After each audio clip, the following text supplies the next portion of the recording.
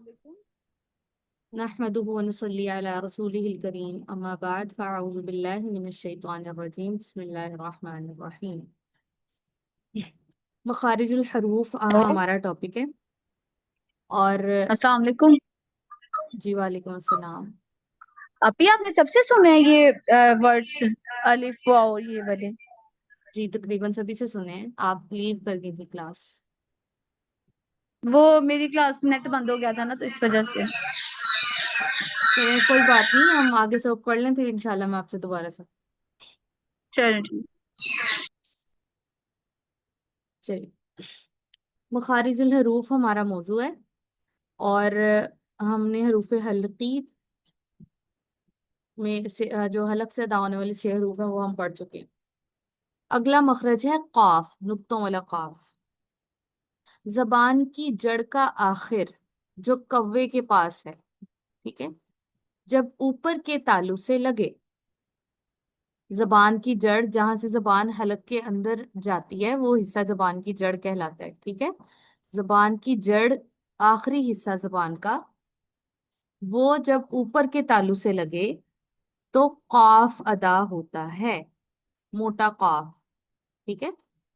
अब इसको कल जिस तरह से आपको तरीका बताया कि मखरज मालूम कैसे किया जाता है, उसको उसको कैसे क्लियर महसूस किया जाता है, उसी तरीके से अगर आप पढ़ेंगे तो आपको महसूस होगा कि ये वहीं पर जाकर आ, आपकी जुबान उसी पॉइंट के साथ जाके मिलेगी। सो आप सब पढ़ेंगे और माइक अपने म्यूट ही रखेंगे, बाद में हम इसकी दोबारा प्रैक्टिस भी कर लेंगे। जी, तो इसका साउंड होगा अक। आप चैट में बता सकते हैं कि क्या आपका जबान की जड़ उसी पॉइंट को लग रही है। अक।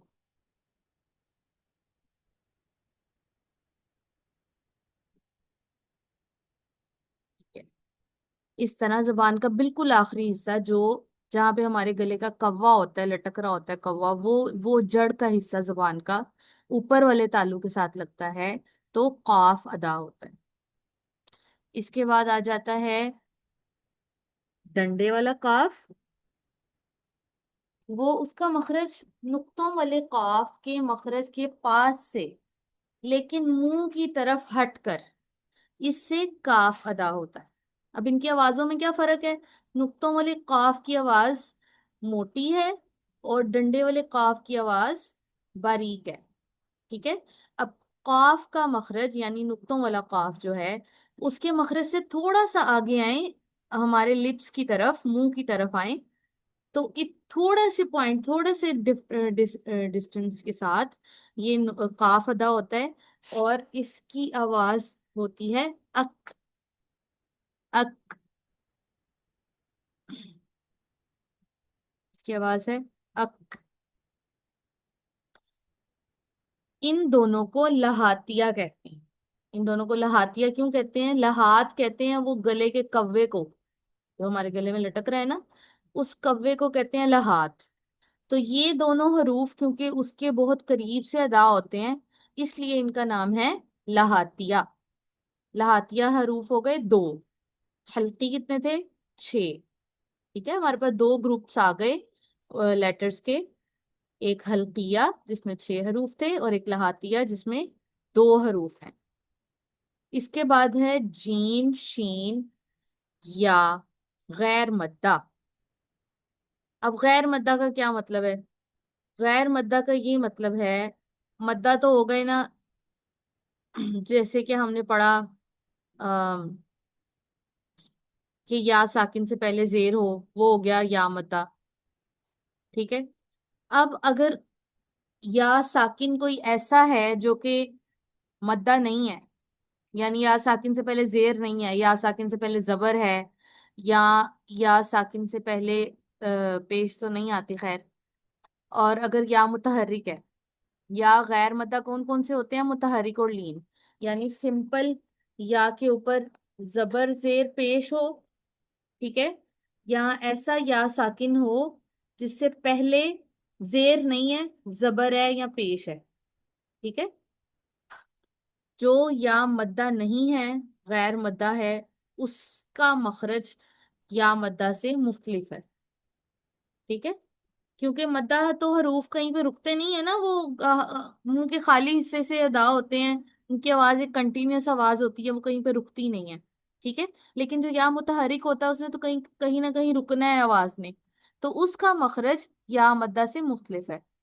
और लीन का अब क्या मतलब होता है, ये हम बाद में पढ़ेंगे, पहले हम इनका मखरज पढ़ें। जबान का दरमियान, बीच, बीच का हिस्सा, जबान का सेंटर, जब तालू के सेंटर से लगे, ये अब ये सब जबान ऊपर वाले तालू के साथ टच हो सकती है, नीचे वाले तालू के साथ टच हो तो उससे कोई हर्फ अदा नहीं होता।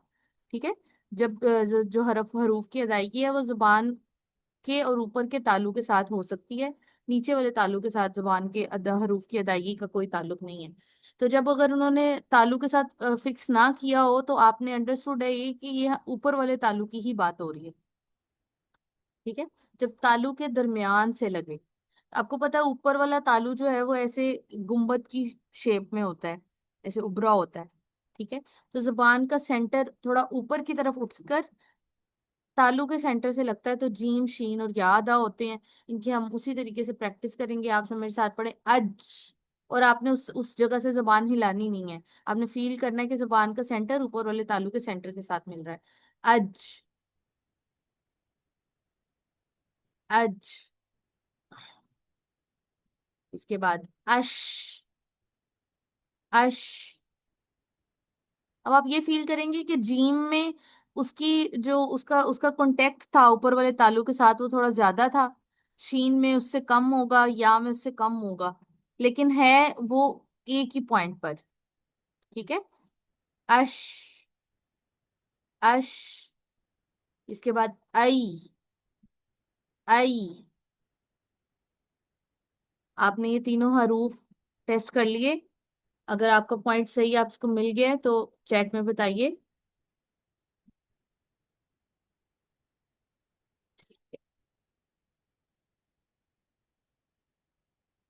ठीक है, अब लीन किसे कहते हैं?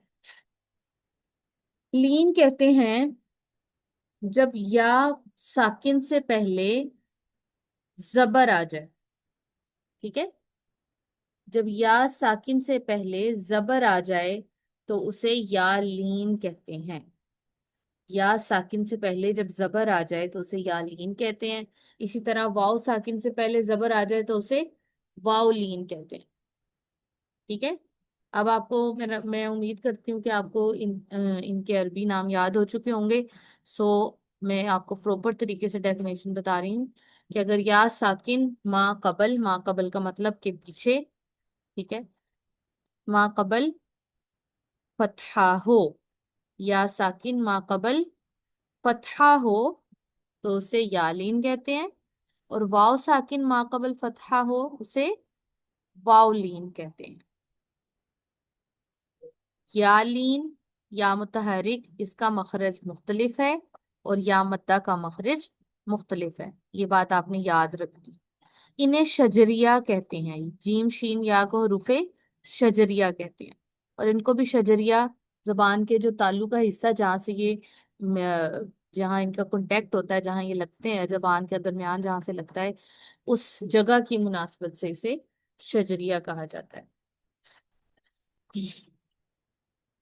ओके, इसके बाद है जॉद। जॉद का मखरज हम बाद में पढ़ेंगे, पहले हम इसे अभी स्किप कर रहे हैं फिलहाल के लिए। लाम, तरफे जबान जब सनाया, रुबाई, अन्याब और जवाहिर के मसूड़ों से लगे। इससे पहले हम जबान को जरा स्टडी कर लेते हैं। फॉर एग्जाम्पल हमारी जबान है कुछ इस तरह से हमारे में। ठीक है, अब इसमें जबान का जो आगे वाला हिस्सा है, ये वाला पार्ट, ये जबान की नोक है। ठीक है, जबान की नोक, इसको जबान की नोक को कहते हैं। जबान की नोक आसान अल्फाज में जबान की नोक। ठीक है, अब जबान का जो ये वाला हिस्सा है, अब आपने पढ़ा ना कि जबान के जबान हमारी जबान सेंटर में है और उसके इर्द गिर्द सारे दांत है जबड़े में, ठीक है। और यहाँ तक, फॉर एग्जाम्पल यहाँ तक हमारे दांत है और इससे आगे हमारी दाढ़ें हैं, ठीक है। तो जो हिस्सा जबान का दांतों के सामने होता है उसको कहते हैं तरफ, ठीक है। और जो हिस्सा जबान का दाढ़ों के सामने होता है उसे कहते हैं हाफा। समझ आ गई? ये आगे सबसे जबान की टिप है, जबान की नोक। और जो हिस्सा दांतों के सामने, अब दांत कौन कौन से हैं? सनाया, रुबाई, अन्याब, ये दांत है।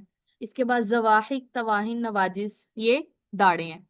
जो हिस्सा दांतों के सामने है वो तरफ कहलाएगा, और जो हिस्सा हाफा के सामने दाढ़ों के सामने है वो हाफा कहलाएगा। ये आपको समझ आ गई इस बात की? तरफ का मतलब होता है किनारा, और हाफा का मतलब भी किनारा होता है, लेकिन ये मोटा किनारा होता है। और चलिए, सो अब हम लाम का मखरज पढ़ते हैं कि लाम के मखरज में हमारे लिए क्या है। तरफे जुबान जब सनाया, रुबाई, अनियाब और जवाहिक के मसूड़ों से लगे, ठीक है। अब ये जवाहिक तो दाढ़ है, ठीक है। मैं अरूश अभी दोबारा रिपीट कर देती हूँ। जबान की, हमने जबान के हिस्से देखे हैं कि जबान का कौन सा हिस्सा क्या कहलाता है। सबसे आगे जबान की टिप है, सिंपल अल्फाज में जबान की नोक, ठीक है। इसके बाद जबान के जो किनारा है, साइड वाली जो जबान की साइड है, उसमें दो हिस्से हैं। एक हिस्सा वो है जो दांतों के सामने है बिल्कुल, ये देखिए यहाँ पे, इससे बाहर हमारा जबड़ा है ना। जब ये, अगर ये जबान है तो इससे बाहर वाले, इसका जो बाहर वाला एरिया होगा, यहाँ पर, यहाँ पे सारा जबड़ा होगा। ओके। सो यहाँ पे ये फॉर एग्जांपल यहाँ सनाया है, फिर रुबाई है, दो सनाया है, फिर रुबाई है, फिर अनियाब है, ठीक है। फिर इसके बाद अभी मैं छोटा छोटा बना रही हूँ, जवाहिक है, फिर तवाहिन है, इस तरह फिर नवाजिज है। तो जबान का जो हिस्सा यहाँ दांतों के साथ साथ है इसको कहते हैं तरफ, और जो आगे दाढ़ों के साथ है यहाँ पर, इसे कहते हैं हाफा। अब क्लियर है?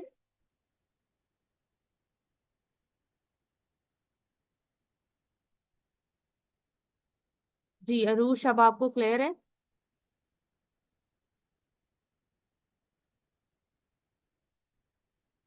ओके।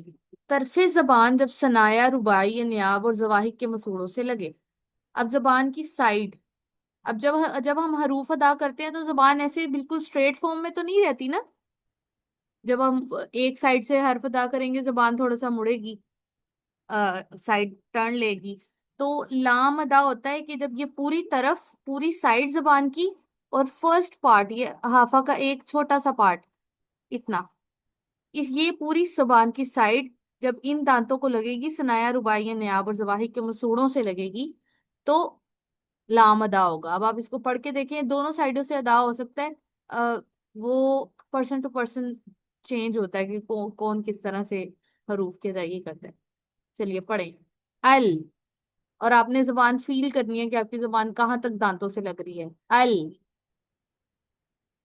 ठीक है। आपने हटानी नहीं है जबान उस जगह से, और आपने फील करनी है कि ये आपकी पहली दाढ़ तक जबान टच हो रही होगी। अल।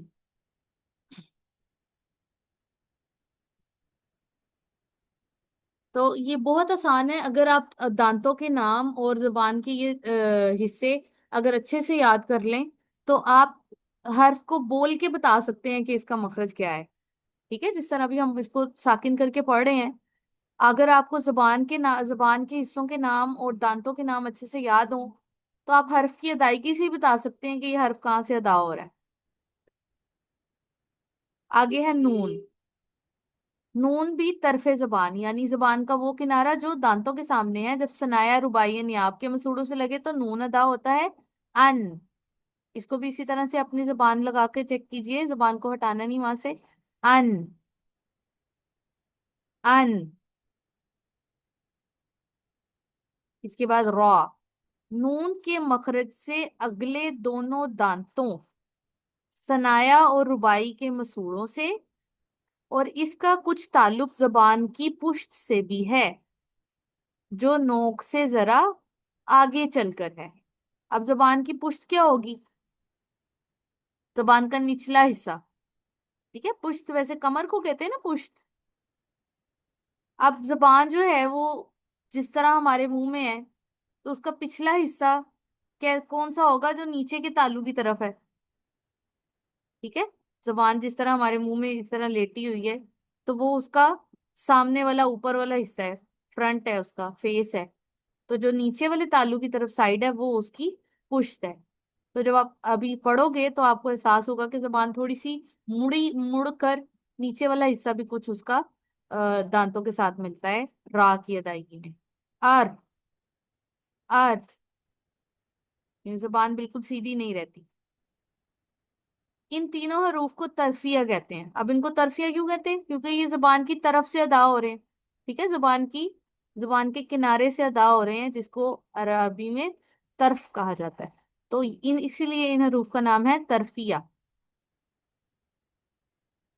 इसके बाद है ता दाल ता, तौ दाल ता। जबान की नोक, अब जबान की नोक की बात आ रही है। जब ऊपर के दोनों दांतों जो सामने हैं, यानी क्या मतलब हुआ, सनाया उलिया, ऊपर के दोनों दांतों जो सामने हैं, मतलब सनाया उलिया, उनकी जड़ से लगे। अब जो दांत है ना वो दो हिस्से होते हैं उनके। मिसाल के तौर पे ये हमारा जबड़ा है और ये दांत है। ठीक है, अब एक होता है दांत या ये वाला हिस्सा, और एक होता है जहां वो मसूड़े के साथ जुड़ा हुआ है। यहाँ पे वो मसूड़ों के साथ मिला होता है और ये जबान दांत की नोक होती है। तो दोनों पॉइंट्स डिफरेंट है एक दूसरे से। ठीक है, अगर वो कहेंगे जड़ से लगे तो मतलब कि मसूड़ों मसूड़ों वाली साइड। और अगर कहेंगे दांतों की नोक से लगे तो ये नीचे वाली साइड जहां से दांत दांत के साथ मिला होता है। अब उन्होंने यहाँ पे क्या कहा है, तौ दाल ता के मखरज में जबान की नोक जब ऊपर के दो दांतों जो सामने हैं यानी सनाया उलिया, उनकी जड़ से लगे यानी मसूड़ों से लगे, जहाँ पे मसूड़ों के अंदर दांत है फिट है, उस जगह से लगे। इन तीनों को नुतइया कहते हैं। ठीक है, और नुतइया ये उस जगह का नाम है, ये जहाँ पे सनाया मसूड़ों के अंदर जुड़ा है, जो जड़ है ना, इस जगह का नाम ये वजह से इसका नाम है नुतइया। इसको भी प्रैक्टिस करते हैं। पहले तो बोलेंगे, तो आप, तो आप, आप कलकला को छोड़ के पढ़ें आप। तो आप देखेंगे ऊपर मसूड़ों के साथ जबान की नोक मिल रही है। आप, इसके बाद दाल अद, अद, और फिर ता, अत, अत। यहाँ तक अगर आपका कोई सवाल कोई कंफ्यूजन है तो बताएं।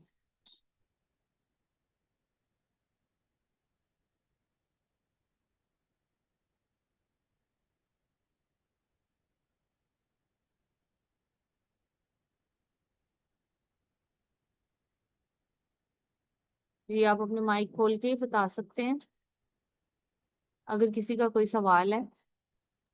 मैंने पूछना था, लाम नून और रा ये दोनों तीनों तरफी हैं।